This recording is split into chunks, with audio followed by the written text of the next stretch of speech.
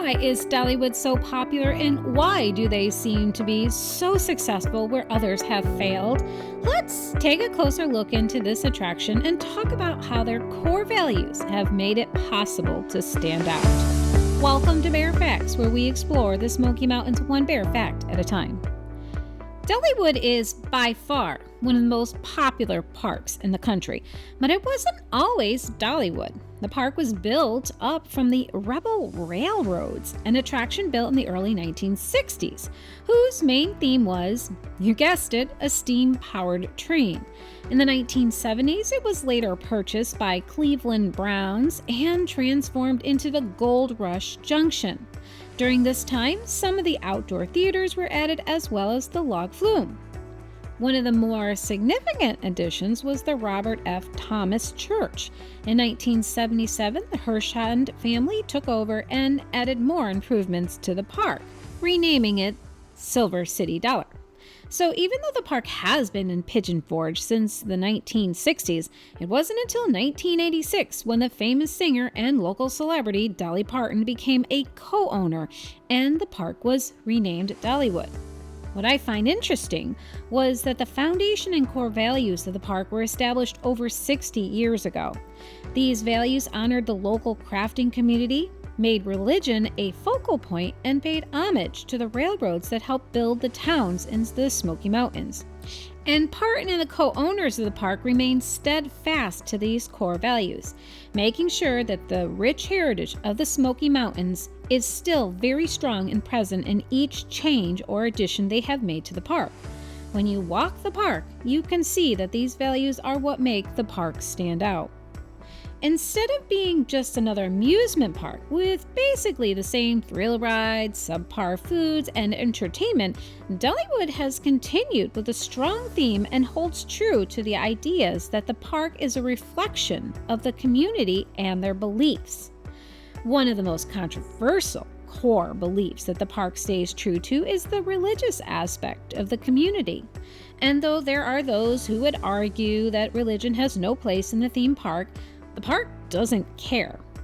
They basically are saying that if you don't like it, don't come, because they don't need your business. They have more than enough people who are okay with how things are run in the park. But even though religion has a strong foothold in the park, no one is handing out pamphlets and preaching in the streets. It's more subtle than that. You'll see it in their entertainment, through the songs that you hear, and even some of the decor. The park is more than just about their religious stand. Though religion is important, what really stands out is how the heritage of the community is present in their entertainment and decor. No, Dollywood is all about the Smoky Mountains, from their humble beginnings to their persevering spirit. These core values of the park are an essential part of how they have achieved so much success over the years. And where many theme parks struggle with attendance and staying open, Dollywood is thriving. They seem to be doing this by achieving a very difficult thing, appealing to a wide range of demographics. One of the biggest obstacles many theme parks face is how to get people of all ages to attend. It's almost impossible to get young children, teens, middle-aged adults, and those of the Silver Age group to be motivated to go to the same theme park. Disney has found that balance, and it's one of the reasons they're so massively popular. But maintaining that precarious balance is a challenge, even for that massive park. And Dollywood has actually achieved that same balance. When you walk around the park, you will see a diversity of people that range from all ages and stages of life. And this isn't an accident. No, you can tell the park has put a great deal of effort into appealing to all guests in all ages at all stages of life. But there seems to be a focus on two demographics. The first and most obvious group are families with young children and teens. But the second is more surprising, those of the Silver Age. Yeah, believe it or not, Dollywood has captured the adoration of people who are retired and are at that stage of life where their kids are all grown up and moved on. These are the people who have fixed incomes and often limited mobility, but yet you will see a lot of them at Dollywood, enjoying the entertainment and offerings of the park alongside families with youngsters and teens. I know, surprising, right? But they've done it. Dollywood has found a way to reach both families and the Silver Age Club to come to the same amusement park. So let me be clear about one thing. I don't have any concrete evidence or proof that these things are the reason the park is so popular. I'm just throwing out my observations and thoughts. But we have been season pass holders for a few years now and have had the chance to observe the park through the seasons. So let's look at our observations, and you can let me know if you come to the same conclusions in the comments. The first thing that Dollywood has done to appeal to their wide demographic is how they celebrate the seasons. The decorations and facelift the park does for these seasons is popular with any and all ages. Personally, it's the main reason we even get season passes. I love seeing the changes and crazy amount of effort they put into the park.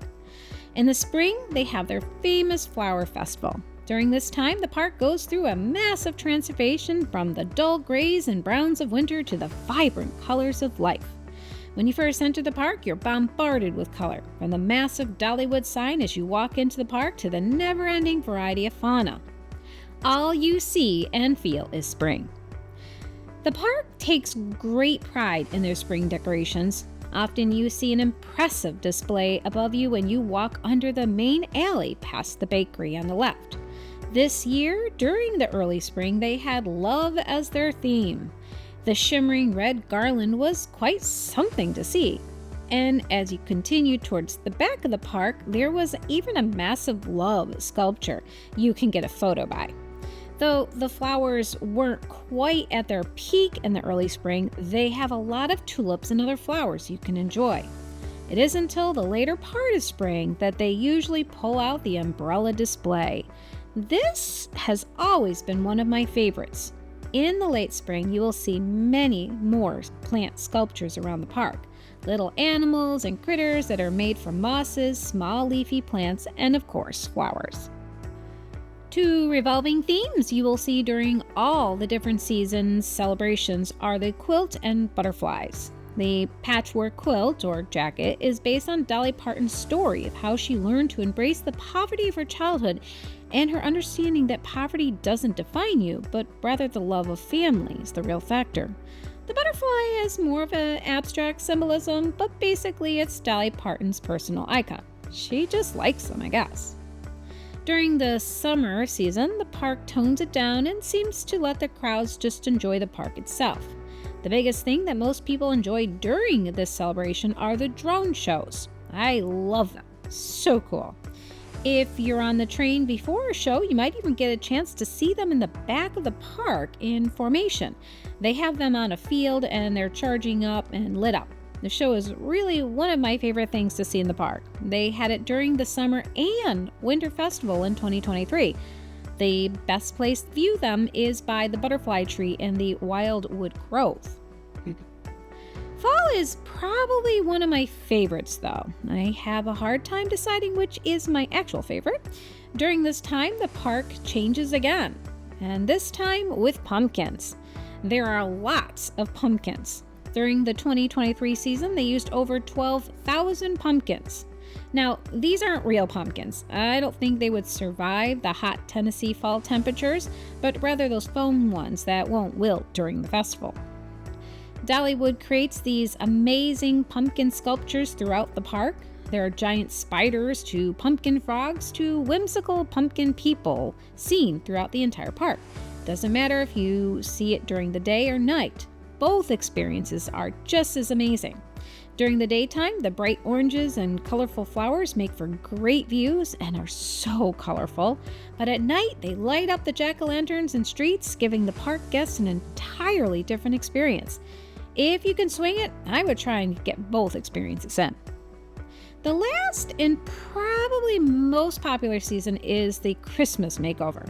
Unlike Disney, Dollywood isn't afraid to remind people that Christmas is a religiously significant day for Christians. They do this with their music, decorations, and different shows. There is a live nativity, and of course, there is the church.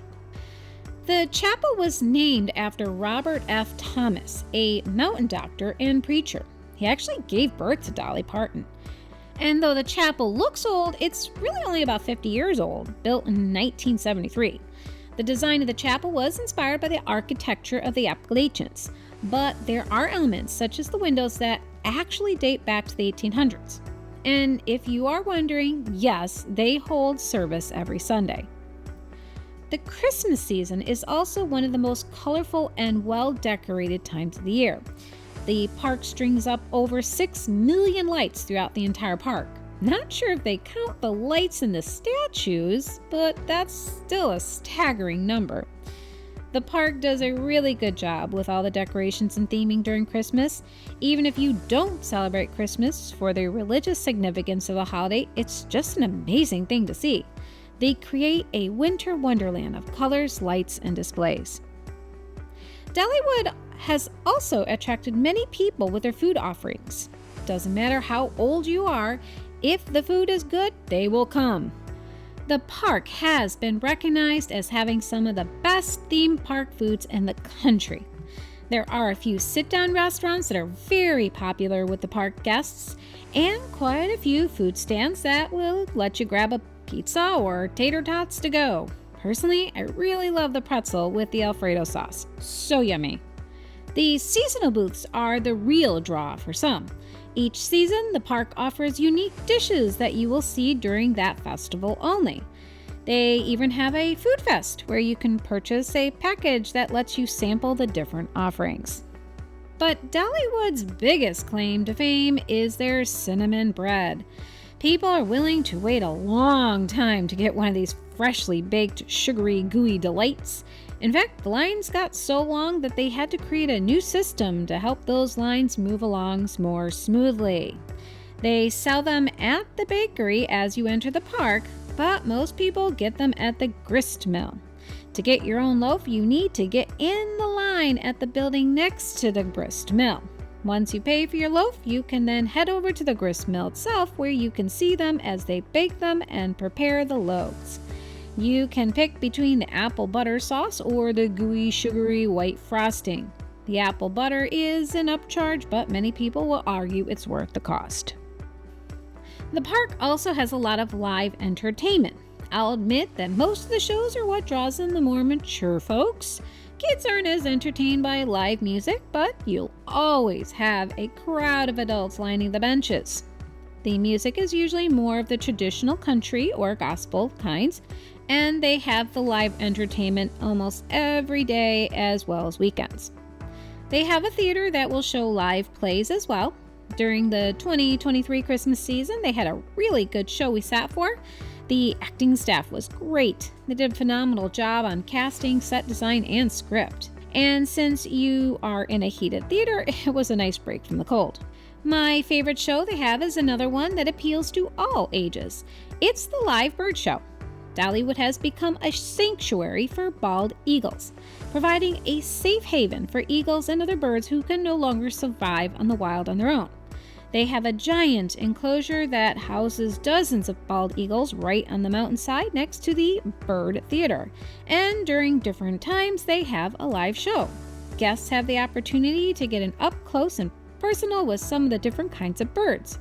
During the live show, they talk about the different birds and bring them out for guests to see up close. It's a great experience. Of course, there are the rides that bring in the younger demographics. The food helps keep the adults happy and smiling, and the thrill rides keep the kiddos happy and smiling. It's a win-win for everyone. All the rides in the park are based on the Smoky Mountain theme. The Mystery Mine and Tennessee Tornadoes are just two examples. Their newest ride, Big Bear Mountain, is named and themed after the black bears that are so popular in the Smokies. There are a lot of other rides that appeal to teens and adults who like big sudden drops or more thrills. One of the best themed one is the Wild Eagle. Even though you would never catch me dead on this ride, I still love the massive metal sculpture of the eagle in front of the ride. There are a lot of rides for toddlers and smaller children as well. The theming is much more prevalent in these rides. Most of these rides can be found in the Wildwood Grove, though there are a few scattered about the park in other places. toddlers and even some adults can ride on the back of bears, bumblebees, or other Smoky Mountain critters. Though there is a flying elephant ride that doesn't have any kind of connection to the mountains that I can see. Maybe there's a story I don't know about. Personally, not a big fan of roller coasters, but we have tried a few of the rides. Last year they opened their newest ride, Big Bear Mountain, and this one doesn't have as many big drops and loops, so we deemed it safe enough. We survived the ride and would try it again. Big Fire Chaser is another ride we tried, which pays homage to the firefighters that are the real heroes of the Smoky Mountains. It wasn't a bad ride. As I've already said, Dollywood has intentionally focused on attracting guests of a variety of ages, from the rides to the shows. But Dollywood also has a decent collection of crafters and artisans who practice and sell their products in the park. From metalworkers to pumpkin carving to candle makers, the range of crafters is quite impressive. And though the prices are a little high in some cases, it's good to remember you're supporting local people and not China. Between the food, shopping, rides, and shows, Dollywood has done an impressive job of attracting a wide range of people from different walks of life. The chance to get season tickets at a reasonable price is what many of the older guests take advantage, that and locals. And the large quantity of scooters for rent make moving around the massive park much easier for guests with low mobility. But probably one of the biggest draws for many guests, young and old, is the most timeless of all the attractions in the park. The one attraction that has been there since the very beginning, the steam train engine. These locomotives have been carefully restored and maintained to ensure their safety and reliability for the park's guests. While the locomotives themselves may have been used for various purposes throughout their operational history, they are now used for scenic train rides within the Dollywood theme park, offering visitors a nostalgic journey through the picturesque Smoky Mountains. The trains are a wonder to enjoy any time of year, but are in their highest demand during the winter festival. Guests will wait hours to get a chance to ride the iconic train to see the lights and experience the park from different vantage points, though it can get pretty cold. There is a certain level of nostalgia that the older guests experience, and amazement and wonder from the younger ones. The train is not only a major focal point to the park, but a unifying factor that guests of all age can and do enjoy. And these are some of the reasons that I believe that Dollywood has been so successful. They offer good food, great entertainment, and ensure a wholesome family experience, while celebrating the heritage and the history of the Great Smoky Mountains.